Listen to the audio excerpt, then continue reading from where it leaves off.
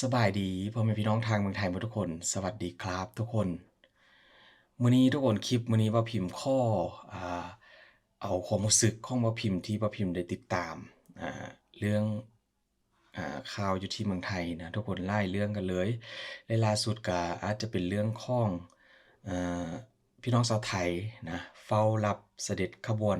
พระบรมศพสมเด็จพระบรมราชินีพันปีหลวงก็คือพี่น้องชาวไทยได้ ไปเฝ้านะทุกคนรับเสด็จกับการเคลื่อนขบวนมื้อนี้บ่พิมพ์จะบ่ขอพูดอะไรอ่าเยอะอยู่ในคลิปนะทุกคนเพราะว่าบ่พิมพ์ขอเอาความรู้สึกของบ่พิมพ์ให้ทุกคนได้เบิ่งเพราะความรู้สึกของบ่พิมพ์ก็บ่ต่างจากพี่น้องชาวไทยที่ว่าไปรอเฝ้าเสด็จเดี๋ยวเราจะไปเบิ่งคลิปกันเลยมื้อนี้บ่พิมพ์จะขอเบิ่งไปเรื่อยๆพร้อมกับเอาคลิปมาให้ทุกคนได้เบิ่งหลายๆมุมกับภาพของพี่น้องชาวไทย ไปรอเฝ้าเสด็จนั่นเองทุกคนไป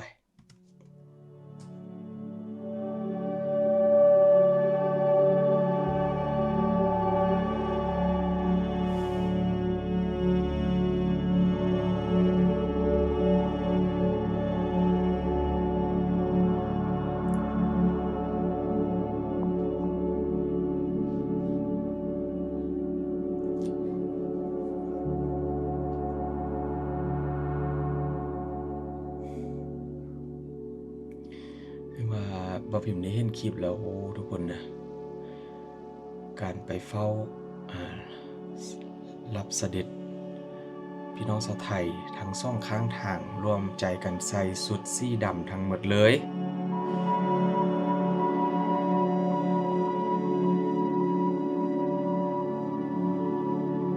นี่ก็เป็นภาพบรรยากาศโดยรวมนะคนก่อนที่ว่าขบวนเสด็จจะเคลื่อนผ่านมีพี่น้องชาวไทยพากันจับรูปนะทุกคนจับรูปภาพ ถ้าว่าพิมพ์พูดคำศัพท์ในผิดพลาดก็ขอโทษขออภัยหลายๆคนเพราะว่าพิมพ์บ่กล้าที่จะอธิบายเยอะบ่กล้าที่จะพูดเยอะกลัวว่าจะผิดนะทุกคนก็คือจะให้ทุกคนเบิ่งคลิปไปเรื่อยๆไปพร้อมกับพิมพ์นะทุกคน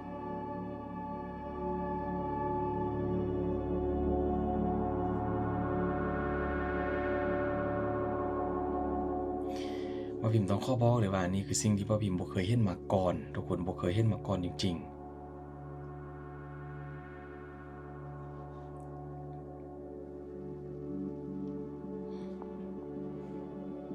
มันเป็นอย่างที่ว่าเฉพาะบ่พิมพ์นะทุกคนรู้สึกแบบตื่นตันใจแทนพี่น้องชาวไทยนะทุกคนซึ่งว่าอยู่ในพิธีก็จะมีแบบครัวพระราชทานนะที่ว่าเพิ่นได้เตรียมแจกจ่ายอาหารทำอาหารให้กับพี่น้องชาวไทยที่ว่าไปร่วมรอรับเสด็จทุกคนหลายคนก็มารอเอาเข้าคิวเอาอาหาร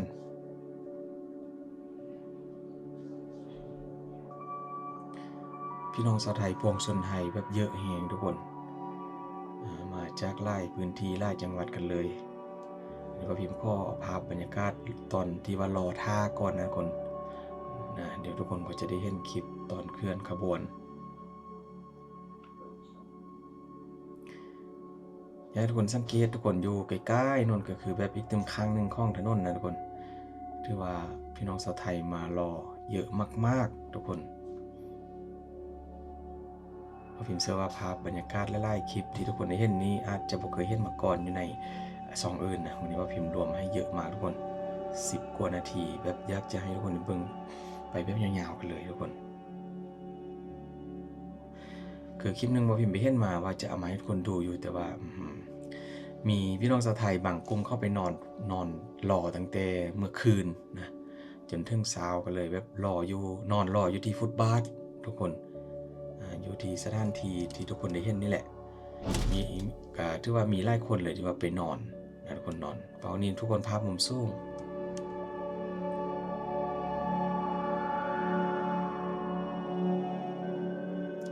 ซึ่งว่าคลิปกับบ่พิมพ์จะสลับให้ทุกคนได้เห็นนะด้านล่างมุมด้านล่างนี่แล้วก็มุมด้านบนเนี่ยทุกคน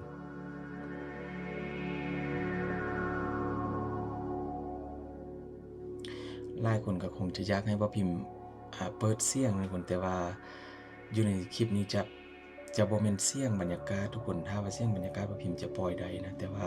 จะเป็นเสียงเพลงที่บ่พิมพ์ ที่ว่าเขาใส่ในคลิปมาก็คือบ่พิมพ์ต้องได้เอาเพลงออกนี่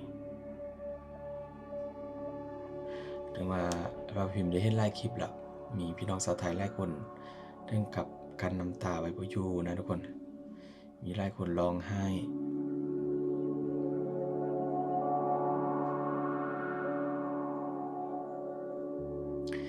และที่พ่อพิมพ์เอาคลิปมาเบื้องนี้ก็คือแบบมี FC หลายคนเลยที่ว่าคอมเมนต์บอกพ่อพิมพ์ได้อยากให้พ่อพิมพ์ทำคลิปให้ดูแล้วก็มี FC บางคนก็ส่งไลน์มาบอกพ่อพิมพ์โดยตรงเลยทุกคนพ่อพิมพ์ก็ได้เอาคลิปมาให้ดูแล้วนะซึ่งพ่อพิมพ์ก็ต้องขอบคุณหลายๆที่ว่าอยากให้พ่อพิมพ์ช่วยแนะนำให้พ่อพิมพ์ทำคลิปแล้วพิมพ์ก็ทำให้ดูเลยนี่คือภาพมุมสูงทุกคน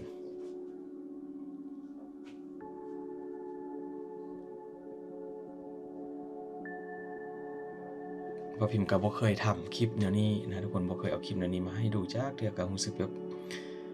เก่งๆทุกคนบ่กล้าจะพูดอะไรเลยกลัวว่าจะพูดผิดเพราะว่าพิมพ์ก็บ่ฮู้เรื่องหลายๆอย่างขั้นตอนอย่างต่างๆนะกลัวว่าจะพูดไปแล้วจะผิดก็เลยว่าขอให้ทุกคนได้เบิ่งไปนำกันแล้วก็พ่อพิมพ์ก็จะอธิบายเป็นช่วงๆพูดไปเป็นบางช่วงนะทุกคนอยากจะให้เห็นบรรยากาศส่วนใหญ่เป็นส่วนใหญ่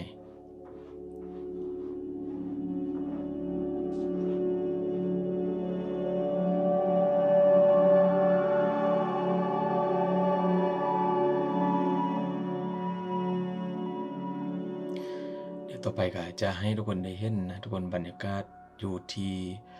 โรงพยาบาลนะกับการเคลื่อนเสด็จผ่านนี่ก็พี่น้องชาวไทยมานั่งรออยู่สองข้างเยอะมากทุกคนนอกจากนี้ก็บางคนก็บ่ได้ไปก็เฝ้าติดตามอยู่ที่หน้าจอทีวีนะทุกคนที่พ่อพิมพ์ได้เห็นมาเพราะว่ามีลูกหลานบางคนก็ถ่ายคุณปู่คุณย่าคุณพ่อคุณแม่ยืนยกมือกราบอยู่หน้าจอทีวีก็มีอันนี้ก็คลิปนึงว่าพิมพ์ได้ไปเห็นมาทุกคนเพราะบางคนก็เฒ่าแก่แล้วก็มาเฝ้ารอรับเสด็จบ่ได้ก็ได้ดูทีวีดูข่าวผ่านหน้าจอทีวีซึ่งว่าบรรยากาศเป็นไปได้หลายคนก็คงจะเข้าใจแล้วนะเพราะว่าพิมพ์ก็ก็เคยทำนี่แหละแต่ว่าฮู้ซึ้งถึงสิ่งที่พี่น้องชาวไทยปวงชนไทยได้ไปรอเฝ้ารับเสด็จกันอย่างสุดซึ้งนะสำหรับพ่อพิมพ์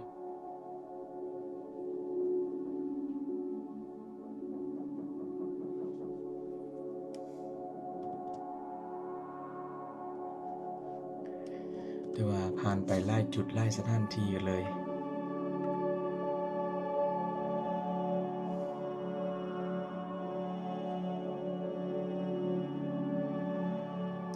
อยากให้ทุกคนได้เบิ่งไปยาวๆทุกคนกับภาพที่พ่อพิมพ์รวบรวมมาให้ดูนะหลายๆมุมหลายๆสถานที่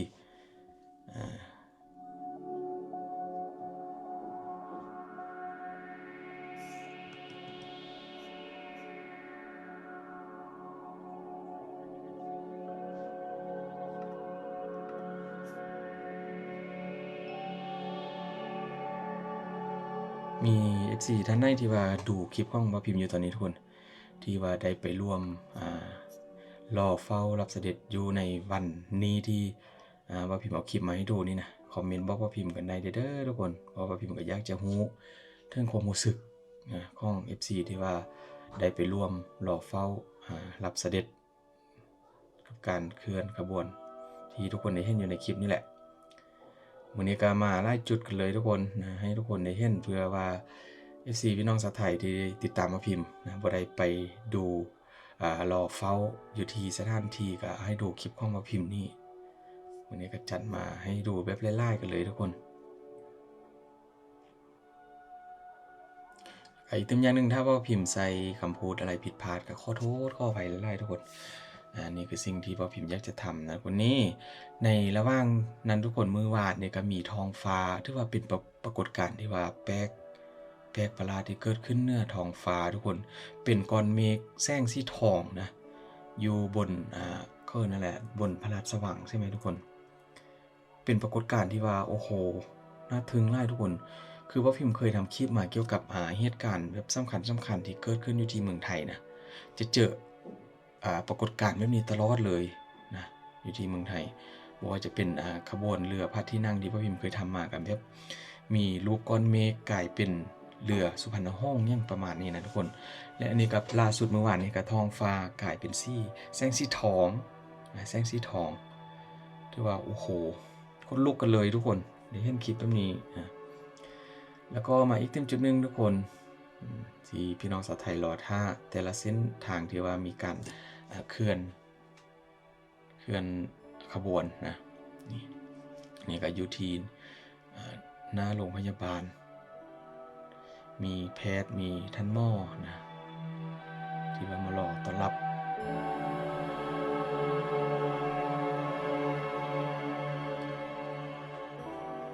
ที่ว่า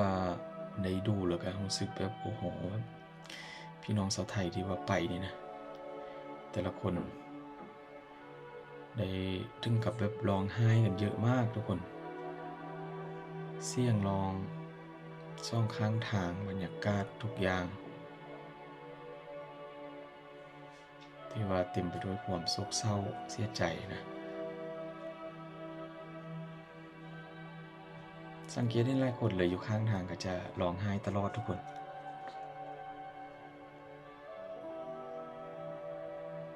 นี่ก็เป็นจุดสุดท้ายที่พ่อพิมพ์มาให้ดูทุกคนรถเคลื่อนขบวนผ่านไป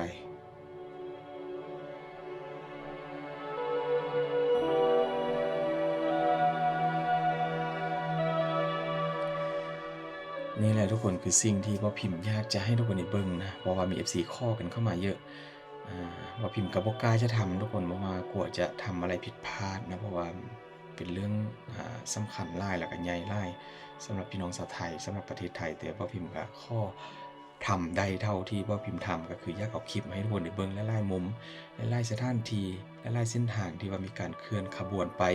พร้อมกับบรรยากาศของพี่น้องชาวไทยที่ว่าได้ไปรอรับเสด็จนะทุกคน